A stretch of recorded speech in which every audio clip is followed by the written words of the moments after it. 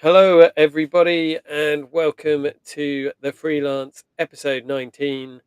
Um, we're here today. It's just me and Nick today, just as if, you know, that's not great, but that is great. It's good to see you, Nick. You're looking a little bit tired, though. I am quite tired. It has been a eventful month since we did this last stream. There's been a lot of events. A lot has happened. So yeah, I am quite tired, but events are good. Events are fun. It seems like a really long time since we did the last one because the last one was before Tewkesbury, wasn't it? Yeah, it was like the week before Tewkesbury, I think, right? Yeah. Um, So same amount of regular time has gone by, but a lot has happened in between, which is basically what we're going to be talking about. yeah. So people are Also, starting to say hello. So Matthias gets the first comment in. Hello. YJ says hello. Mitch manages to get the third comment, but he's saying second comment, and is what very a upset. miss. But I feel that could be just classic Mitch. I, Yeah, I think that's very, very much on brand for him. Um, absolutely. I've been posting some of the videos of me and Mitch in our 8 Art of Steel harnesses that we took at Tewkesbury. I've been staggering them out over the month, and we've had a lot of people complimenting Art of Steel's excellent work. I think we need a third person, Nick, in an English harness, Nick, to add to the team. Well, Um, I had a fitting on my new pauldrons at Tewkesbury, which we'll talk about Tewkesbury at some point this evening, yeah, I'm sure. But yeah, I yeah, have a fitting on my pauldrons, and that really brings together the last piece of a complete English harness. yeah, And then I'll need to take the difficult decision about whether I do a replacement cuirass or not. yeah, yeah. Always, always tricky. Like with any of these things that have a long shelf life. By the time you finished putting it all together, you often want something slightly different with parts of it. So Yeah, I mean, I don't want to divert too much into things that we weren't planning to talk about this evening, but we realised first of all that my cuirass is over 10 years old now, mm-hmm. which if you think about just what clothes still fit you from 10 years ago, like it's Yeah, almost phenomenal that it still fits me at all, yeah, let alone it still fits reasonably well. But when I got it, I didn't have a specific harness in mind, so it is kind of a more generic English style cuirass. And now knowing more about armor and having a specific effigy to work from in mind for a complete armor, and knowing more about my own fighting style and how I work in armor, there are a number of things I would do differently if I was to commission a yeah, cuirass again. yeah. So that is a I think decision. The other thing is I only wear it really once or twice a year, and that's a lot for something I only wear yeah. once or twice. Ash made it, didn't he? Yes. Yeah, and it like if you look at the difference in Ash's work from 10 years ago and now as well, like if you commissioned it now, even based on the same everything, Yes. it would look different, right? Yes. His understanding and things have moved on. So yeah, it's a tough one, especially as you're usually wearing it under a tabard anyway. Yep. That's the other thing. You know, the Yeah. big event that I use it for, nobody gets to see it. Yep. But Um. cross that bridge when Yeah. we come. Yeah. Absolutely. So English Princess 98 says hello, hi, and Josh Lopez, hello. So we've got some new names and some old names, or certainly names that I think are new to me. Maybe returning viewers who haven't The old posted. long time listener, first time chatter. Yeah, that's it. Okay, so we're going to just go through a few of our regular segments today. We're going to try and keep the whole stream to about an hour because it's been a full month and we've still got stuff going on this week. I'm I'm heading off to fight camp this weekend, so let's just quickly talk about projects. Projects. What have you been projecting, Nick? I finished a bunch of things. I'm trying to think. Made potion fizz reps for Empire. Finished doing a whole bunch of kit repairs in the run up to Tewkesbury. Um, let me. I've got a little list of the things that I need to do for Bosworth. Okay. Which includes striking up a bunch of coins for payroll for Bosworth. Yeah. That would actually make an interesting, possibly a short rather than a full video, but just like the different coins and like what you could use to buy, what you could buy for them in like 1470 or 1485. Yeah, I don't have any kind of big projects. I'm kind of looking forward to being projectless for a little while, but I feel like there's going to be things that will creep up on me. I still haven't got around to making the soldier's coat I wanted to make back in April, but here we go. There we are. How about you? Well, I remember in the heady days of January, I said that I was going to even actually sew a coat to wear as an orc, which I didn't do because I just fabric still terrifies me for some strange reason. So I didn't make a coat, but I have made some more armor, which actually does include sewing. It's just sewing leather instead. Hang on. Oh boy, that was loud. I really apologize, everyone. So I've made a second LARP armor. Well, this is actually the fourth one, but this is the second nice one, second like full one. So it's got steel lung plates and a hero belt, which does have tassets, but they're just not attached at the moment. Yeah, really happy with it. Nice. Went for dark red, something a bit more showy than the brown one that I've been wearing, and that's good. Yeah, pleased with that. Also,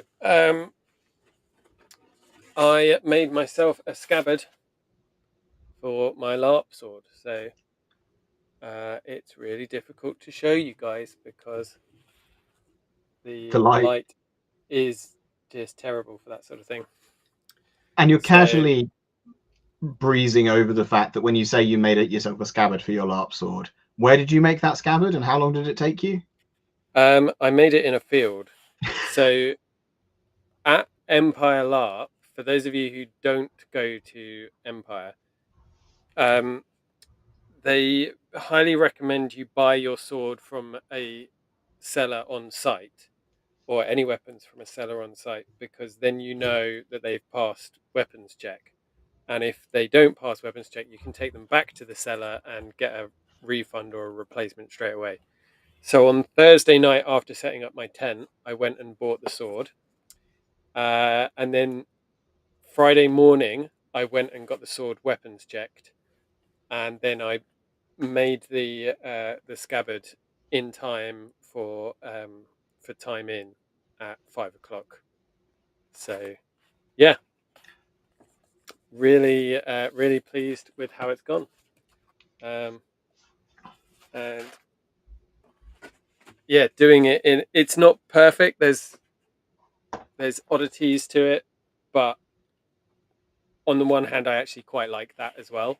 I like that it's not perfect, and there's like some drips in the dye job and things like that. And I think, also I did it in a field. So yeah, as I say, I think as well, like it kind of suits the character, and like we're getting on to yeah, talking about Empire, which we'll talk about a bit later. But I like LARPers is inherently about stories, and that sword starts out with a pretty good story, hmm so that's great. yeah, yeah, absolutely, and works as an in character thing as well. That um, yeah, my character is able to make armor and leatherwork and things like that, but um, yeah, and do it while traveling, and that's why he's gone to Anvil anyway. So yeah, the admiral says, "Who's the fellow on the left? My left or your left?" I was going to say, I'm assuming that the people on you who are watching a video on your stream know who you are, so it's probably me. Well, that guy is Nick, and this Yes. guy is Zach. Yeah. So there we go. That helps. YJ, YouTube didn't start the stream until I refreshed it. Ah, okay. Yeah, YouTube's been a bit odd recently. It wasn't even showing me this stream. Um, I was a bit late in posting it, to be fair, like half an hour ago. Um, so yeah, those are projects. We'll probably have a bit of a slow projects next one. Although actually maybe not because I've got a few commissions off of the back of Empire. So Oh, that's awesome. Well, I need uh, to sort out commissioning you for uh, Greaves, okay, yeah, and we'll yeah, figure that out. we we can work that out. I've not made any of those yet, so I might need to make some for myself to work out the pattern, so that then I can Yeah. uh, know how to do it for you. Um, Research. Um, I've actually, as a result of doing this kind of Wintermark Empire stuff, uh, I just got really interested in some Valsgard armor, which is just kind of Scandinavian Viking Age, pre-Viking Age slash Anglo-Saxon stuff, which is really really cool. Ooh. Some of it, you look at it and you think, "Oh, it's fantasy Viking," but it's not. It's real stuff. So there will probably be a video about that. Um, yeah, there'll probably be a video about that in time. Nick, have you been doing any research? Uh, I'm going to say no, but something again off the back of Empire. Um, I had an opportunity to nerd out with somebody about like just fighting and medieval combat and things. And it's a friend of a friend, and we crossed paths a few times before in different hobbies, but like we actually got a chance to kind of just hang out and talk at Empire, which was fantastic. And we absolutely nerded out about like armored combat, unarmored combat, fight techniques, manuals, all of these sorts of things. And that encouraged me to clear out so I could actually see my bookshelf, remind myself which books on medieval combat I had, and start leafing Mhm. through them again. And we did like a bookshelf picture swap, and we're like, oh, that looks really interesting. Oh, that looks really interesting. So I think we're gonna swap some books, and that'll be fun. Nice, good. Um, yeah, the I've at Tewkesbury. I remember actually this is since we last talked. It Mhm. seems so long ago. At Tewkesbury, I picked up the Graham Turner book, so I've Oh, just started looking at that. this one. That's the one. Yeah, Yep. yeah. That's in my bedroom, not in my shed, so I can't show it, unfortunately. But yeah, looking forward to reading through that as well. Um, okay, events. We've talked a bit about events. There's been some events going. Um, yeah. Yeah. What? Well, you wore your Yeah. sallet with a ball on it at Tewkesbury, which is one of the questions that's in the chat about the golden ball on top of your sallet Yeah. having a purpose. Okay. So how was it? Tewkesbury was great. I think the Sunday was the best that we've done in recent years.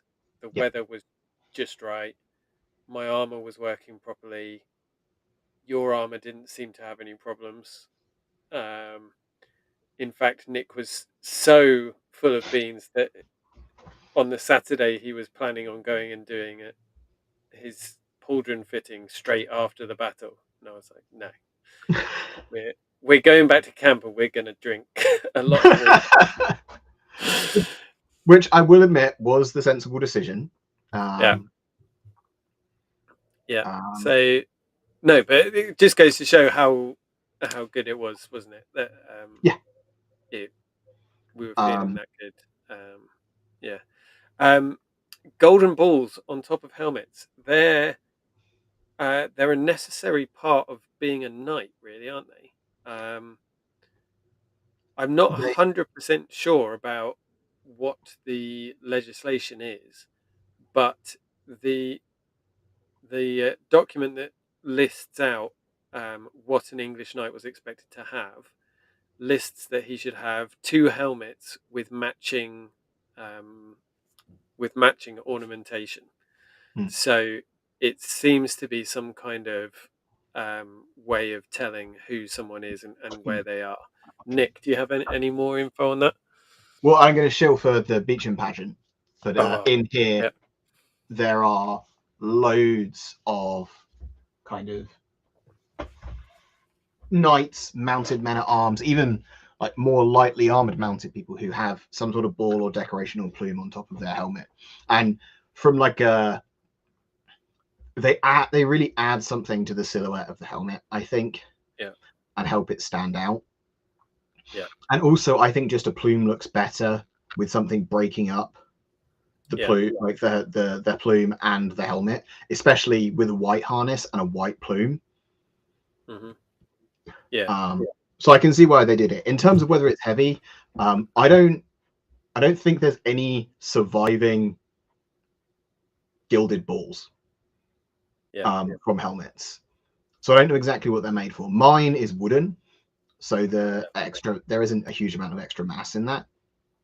And the bigger kind of for me, the bigger problem with it is when I wear it when I'm at Empire and you have a ball on top of the helmet which adds 3 inches to the height, and then a plume, and then you try and walk under a tree. Um, hmm that's the thing. And I see George yeah. saying, "Yeah, yeah, pass on. It was great to nerd out with her. It was very cool. Cool. But yeah, you don't find your ball like too heavy or overbalances you? Do you find it gets caught on things? You're a No, bit taller than I am. no. Um, I've never had a problem with it. When I used to wear peacock feathers in it, the Hmm. peacock feathers sometimes got broken. Hmm. Um, but I think it's one of those things. Yeah. Um, the amount of weight is so negligible because mine's a gilded wooden ball as well. I think that's probably what they were mostly made out of because as you said, we don't have any surviving examples, which would suggest that they're probably made out of uh, natural materials like wood that would decompose and or you know get damaged. Um, yeah, and yeah, it makes you stand out a little bit, which I think is important, and I think as well because of my um, research on Valsgard stuff. I think I'm going to do a video on that as well.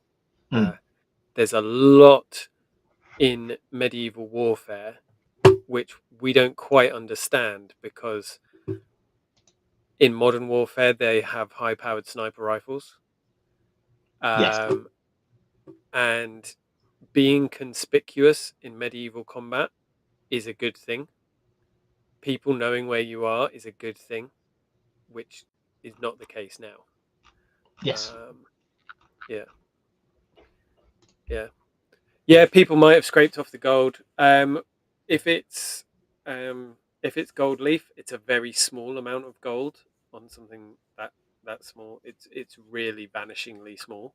Yeah. Um, but if it were made out of wood, then probably the best thing to do would be to chuck it into a crucible and let the wood burn out, um, and then pour the gold off um, separately. Yeah, that makes sense. Yeah. But Hi, chat. yeah, to to Yeah. uh, to put a kind of end stone on Tewkesbury, yeah, I thought Tewkesbury was really Mm. fun this year.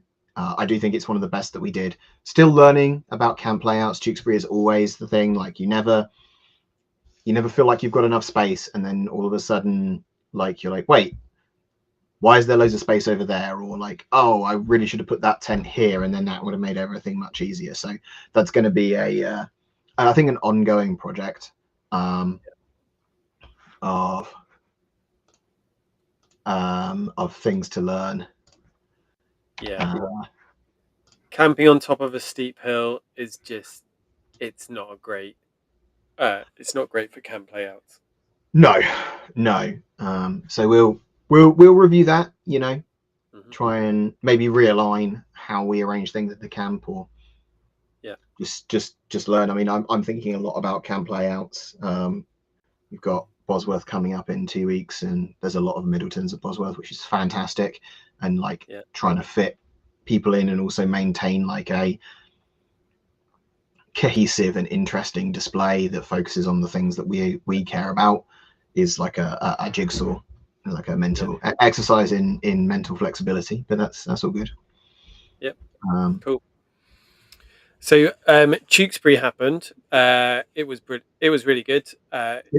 We did our stuff. I forgot to charge my microphones like a silly person, but I did do a video on that, which has done well. Um, Nick, what was the next event that you did after well, I that? think the next one is Empire, and then I had a living history event last weekend. So do you Okay, so want Empire? yeah, the main topic is going to be Empire. So should we just talk about Wild and Downland and then come back to Empire?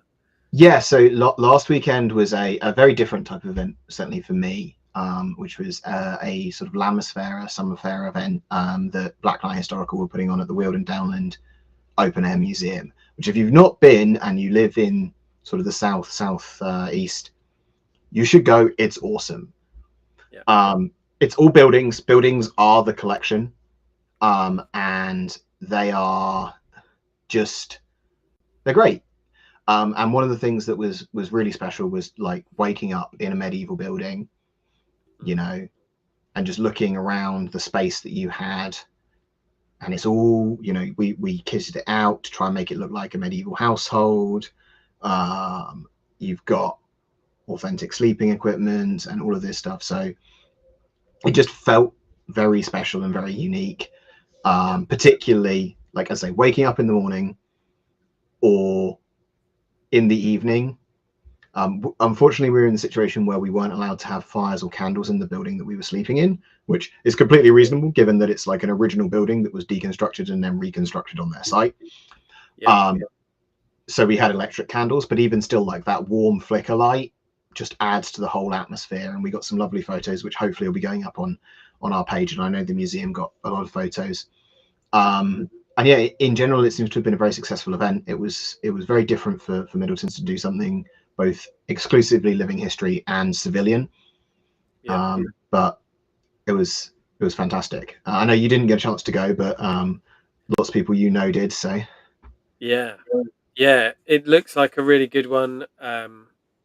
Even members of my family went, but I was expecting to be on holiday um, at the time, so I didn't. Uh, I didn't book it as one of my events of the year, but it looks like it was really popular. It looks like everyone was really happy with it. Here's hoping it happens again. So yeah, Yeah. And you can check out. You can find the Middletons, the company, on Facebook. Yep. You're on Facebook, Yep. yeah. You can also, Uh, there's pictures on the museum Facebook page and pictures on the Black Knight Historical Facebook page yeah, of that particular event. yeah, cool. Right, before we get going, we'll just give a bit of a shout out to patrons. Oh yeah. So yeah, so Call to action: like, share, last subscribe. yeah, all of that. Last time, someone even bought Nick a beer They using did, the and I enjoyed it uh, at Tewkesbury. yeah, using the, what's it called, super chat or Super, something, super super chat chats. function. So yeah, thank you so much to everyone who supports the channel, even if it's just by liking, sharing, subscribing, all of that sort of thing. Thank you to my patrons who literally, with the growing costs of being a dad, I wouldn't be able to to be doing any events a year without their support. Children cost a lot of money, Nick. Children cost a lot I of hear money. that. I hear that that's the Yeah, case. especially they've now got to the level where um, they're basically, for all of our meals we have to buy two lots of the thing rather than one. Up until now, it's been like, you could get one pack of sausages and just make some extra mash and that sort of thing. Now they're big enough that it's two packs of sausages or someone's going hungry. So um, yeah, there we are. And they're big enough to have like two sets of hobbies too. Yeah, yeah. They they they have a craving for top trumps cards that is Oh, unnatural. oh. Yeah. So not that I've got cheap hobbies, um, I was going to say, yeah, but posters for yeah, yeah. And then we've got control. some upcoming events. Before we go back to Empire, we've got some Oh yeah, upcoming events. I'm going Bosworth. to, you're going to Bosworth, but before Yes. then, Oh yeah. this weekend, so actually tomorrow, I'm going to Matt Easton's fight camp. Um, so I'm driving up with Alex, and hopefully we'll get a bunch of videos there. That'd be great. So I might even be able to grab an interview with Todd about some of his lovely things that he's been making, because I think he's going to be there at least one day. So that's exciting. And then you're going to Bosworth, which is I the am. weekend after, I think. Yeah. Yes, it is the weekend after. Yeah, it's back to the full event, which is going to be great. It was a very nice, like, doing the low key small event Bosworth, because small events, certainly in the UK, they have a bit of a different feeling, Mm, and they do often offer an opportunity to do things that you wouldn't normally get to do. But it's nice to be back to the big event. I know the visitor center love the full scale battle. It's going to be great to have, like, see the folks from Destria again, and just it's looking like a really great turnout for Middletons, which is fantastic. Um, yeah. so yeah, hopefully it will go off and be great. It's always a dodgy weekend for weather, being like late August, but Mm, fingers crossed. yeah. So dry Sunday, that's what we want. He's hoping. Yeah. Good, good. Right. Let's go back in time now. So we've done forwards in time. We're going to go back in time to Empire. Um, it's called E3, the third Mm. Empire of the year. So I don't know if maybe if people in the chat, um, I don't know which side people here are coming from. How many people here have tried LARP before? How many people here are reenactors? How many people are just LARPers? It would be good to know, because we're about to talk about it, and yeah, it would be weird for us to like be raving about it and telling everyone that they should come when most of the people in the chat are already LARPers. So yeah, let us know if you've been to a LARP before, or if you're a reenactor, or if you're just interested in history, that sort of thing. And we'll just start talking about it. So it was my first experience of a LARP. Um, I get the feeling you guys. So I went and saw you guys up in your camp on the Thursday night, which was the Hmm. day that we all arrived.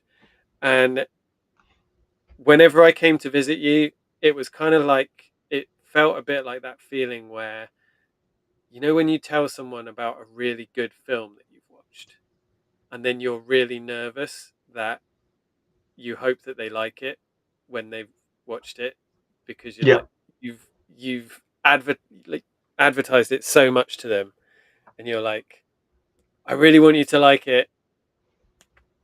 Please make sure that you like it, because I've said how great it is. Um, was that kind of how you were feeling, or A little bit. Like I think where there's been quite a few people from Middleton's who have come along to do Empire since Matt and I started going at the beginning of last year, that I've kind of eased into the idea that not everyone will be excited about the same things that I'm excited about at Empire. yeah, But I feel like if you have an interest in roleplay in any shape or form, you should always. Empire is big enough and diverse enough that you should have a good experience across the course of the weekend. You might not like everything that you get involved in, but mm, there should be, like, if you don't find something somewhere that was like a cool thing that you enjoyed about Empire, like I I worry about the game because it's so big that yeah, there must be something there for everyone. yeah. I think that is that's very much what it felt like going there. Is that um, there's all sorts of LARPs. There's small, very focused ones.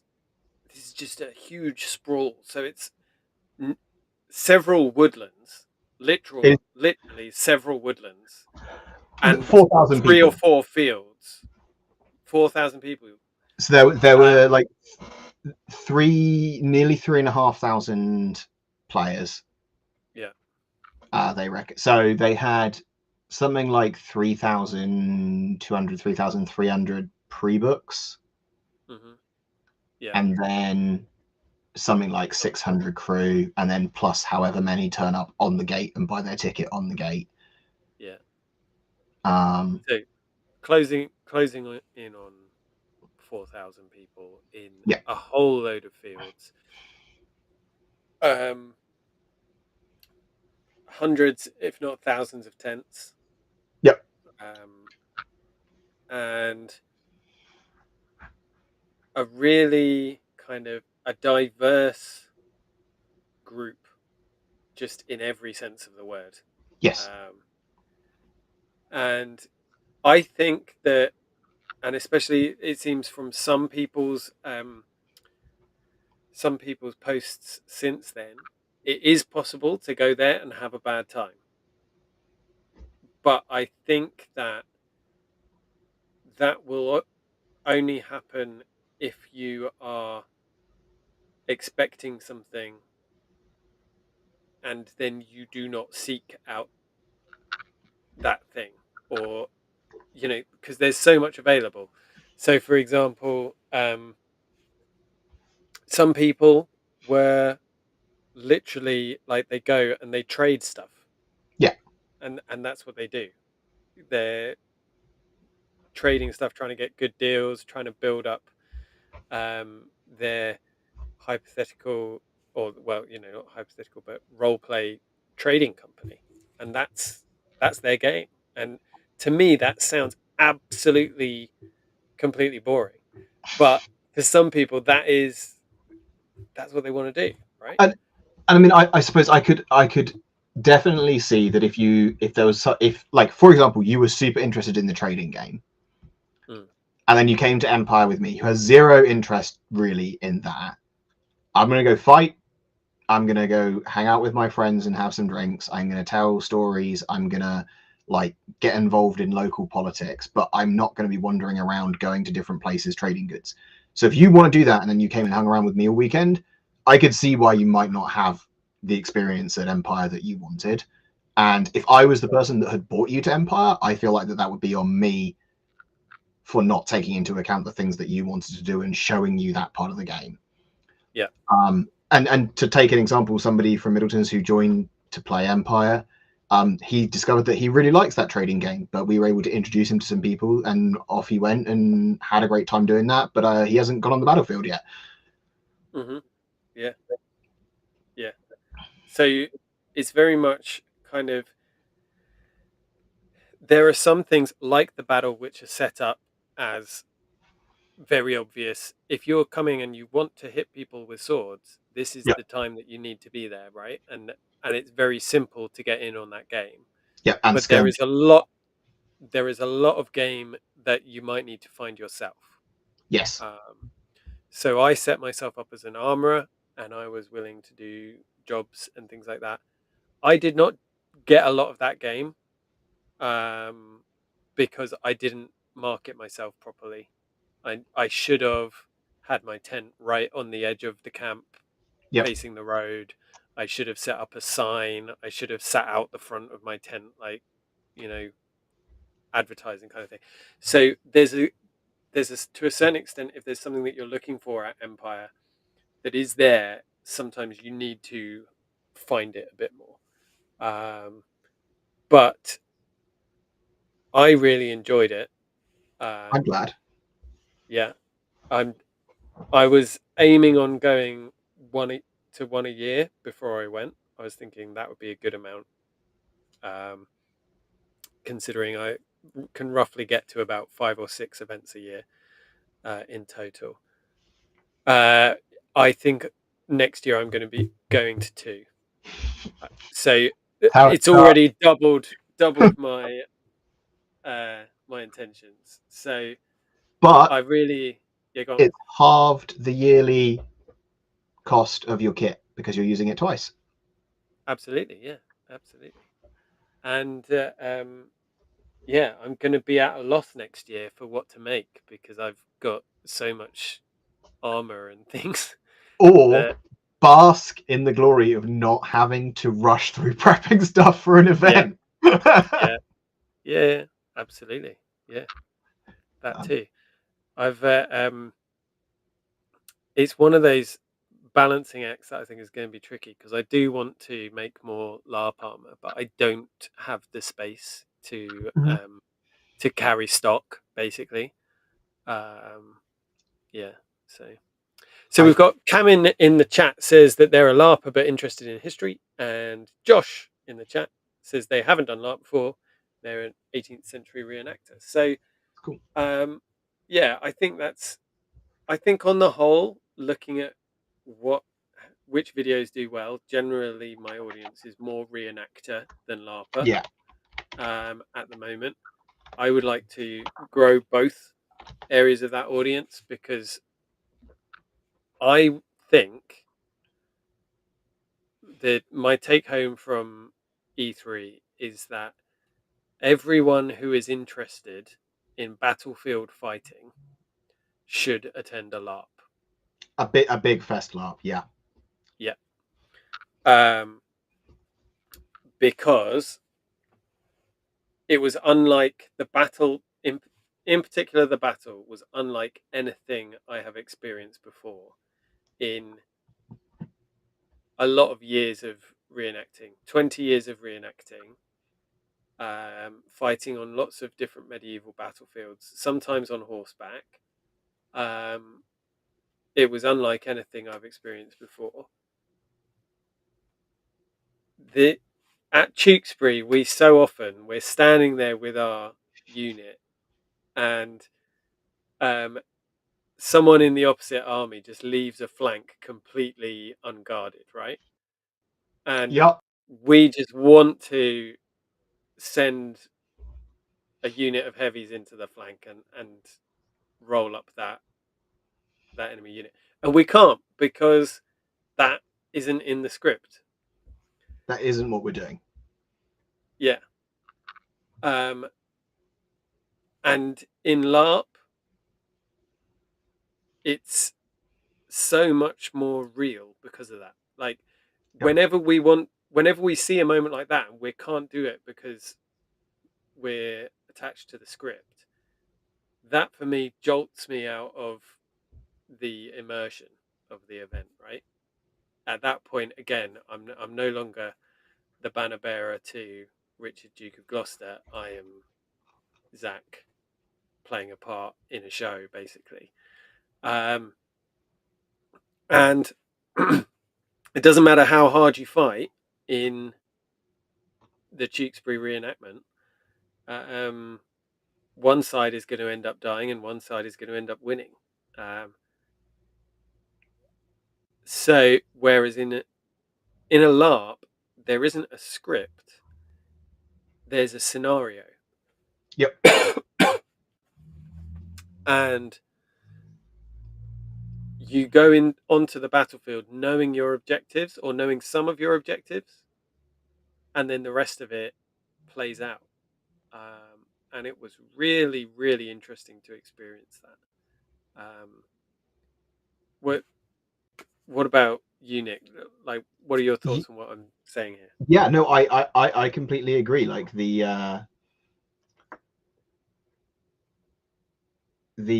jeopardy and the kind of changing nature, that exploitation of flank or maneuver or anything like that is very different, and it's very.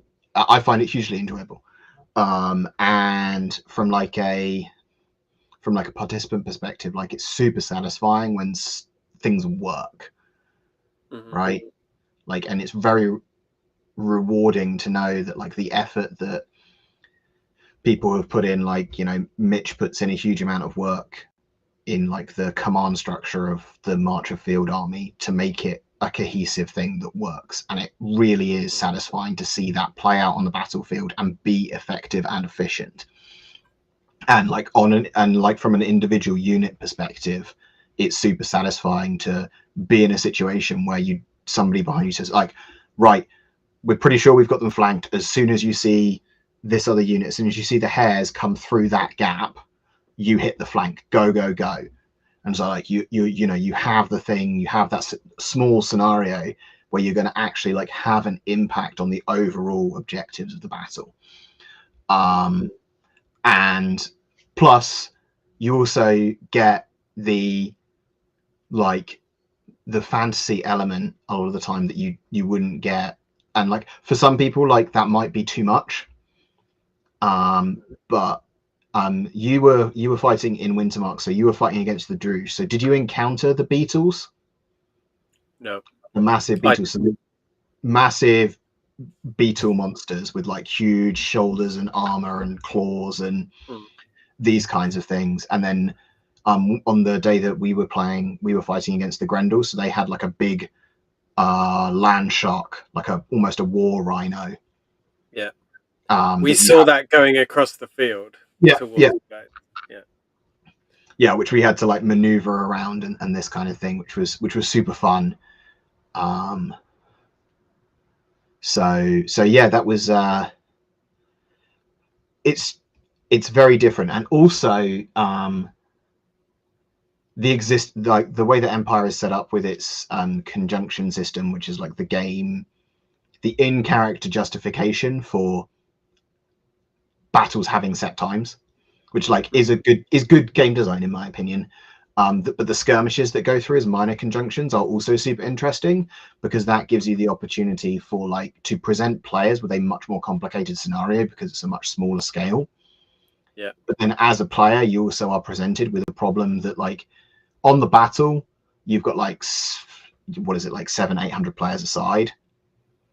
Like, yes, as an individual player, you can probably individually affect the outcome, but it's much more of a noticeable thing when you're in like a skirmish of 50 or 60. Sure. And that, I think, for me, directly contributes to like my enjoyment of playing the character, having like individual moments that are part of my character's story. Mm. Yeah. But did you? How close to dying did you come on the field I was 2 hit points away from dying. from hitting the deck? Yeah. Okay. So, um, yeah, it was one of those moments where you just realize how much morale has an effect on a battlefield, Yep. because even though obviously I'm not actually that person and I'm not actually going to die, I did not want to take those No. last 2 hit points. I did not want to go down, and I we ended up losing 4 people from our unit, which has never happened to that unit before. And basically, um, yeah, it. I remember as we were retreating, seeing people go down and thinking, I can't do anything about it. I've only got Nope. 2 hit points. Like Yep. literally, if I go out there, we both die. Um, and yeah, just that again, HEMA and reenactment. You don't get that because Yep. people will just be like, "Oh, it's all right. I'll get up again in 5 minutes time. I Yep. could do with the rest. I could do with the lie down," and Yep. they'll charge out. But you don't get that in Nope. LARP. I like. I'd only been playing this character for 5 hours. Like I wasn't massively attached to him. I don't even know who he is really, but morale and the risk of dying had such an effect, that it genuinely affected what happened in the battle, and what happened to our units. Um, and Yep. I've got vision, like images from the battle, literally are imprinted on my mind of certain points that Hmm. just really affected me. I guess the what people call the lizard part of the brain doesn't understand that the weapons are foam and Yep. that the masks are masks, right? To them, to that part of the brain, this is life or death, and Yep. that was a really great experience. Yep. Um, And one of the things that I think is really great is that your experience doing that and your experience of being like, wow, I did not want to lose my last 2 hit points, right? That fuels other people's game yeah, because you then have to go find somebody to heal you, yeah, or you have to have gone and found somebody to sell you a potion to allow you to like heal yourself, yeah, or something like that. And then that again, like presents them with those moments that stick in their brain.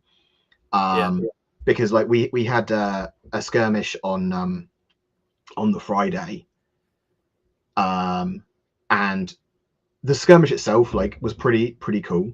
But the thing that I remember that was like sticks in my brain the most is that the follow up was another group of marchers had gone on a different skirmish, and some of them came back cursed, and having to deal with the fact that your character's friends, like my friends, are trying to eat me whilst mm, I'm trying to get them healed by healers who also don't want to, like, all of those things coming together to bring in all of these different experiences that you're having and playing on different emotions that you're having in terms of the role play that you're doing, yeah, um, is something that you're not going to get at a reenactment event.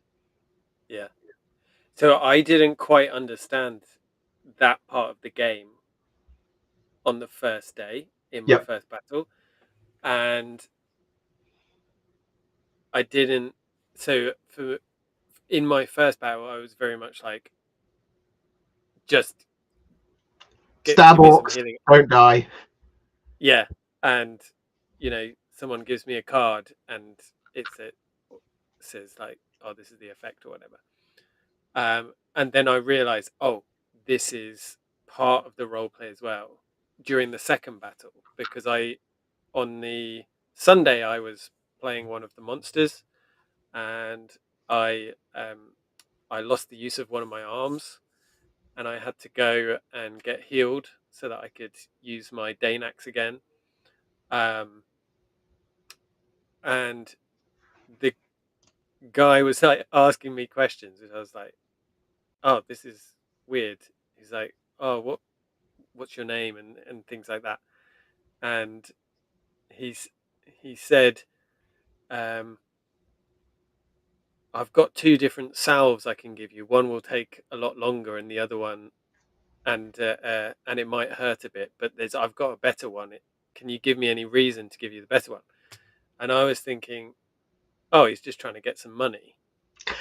And then I realized, uh, like, oh, this is an opportunity to role play, and Yep. we ended up role playing it out a little bit, and he was role playing really slowly, sewing up my arm, and being Yep. like, "Ah, if only you had a bit more, because I do have the better salve, Yep. and this could be over a lot quicker." And in the end, I grabbed him by the arm and said, um, "Listen, if you don't hurry up, then I'm going to hold you here when the front line reaches us." And he was like, "Okay." Yep. and uh, um, and that was a key moment where I realized, like, oh yeah, there's there's role play, there's fun to be had in all of this, Yeah. even in like the breaks and going back for a water and things like that. It's not like that's a break in the fighting. That is a continuation of the game. Yep. And it's like in Skyrim. In Skyrim, if you need food, you just pause and you eat like 20 wheels of cheese and in a second. But that's not what this is. That's not what healing is, in certainly in this LARP.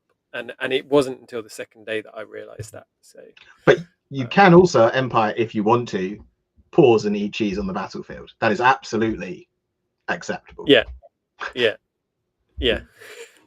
If that's the game that you want to play, you can eat 20 wheels of cheese. I take snacks with Not me on the battlefield all the time. not recommended.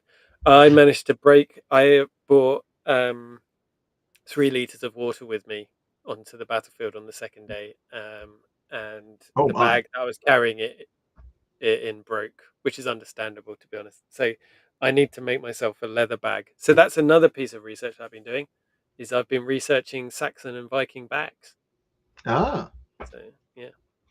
I need a new, slightly larger, like a pilgrim bag. Like the one I have is Mm, nice, and I'm very happy with because I made it by hand. I sewed like the fastening by hand, everything like that. But I load so much crap in it now at Empire that it doesn't stay closed. So yeah. I need a bigger one. Yeah. Yeah. So yeah, I think I'm probably gonna make a few of them and maybe have a few on the stall next time I go, uh, if I can.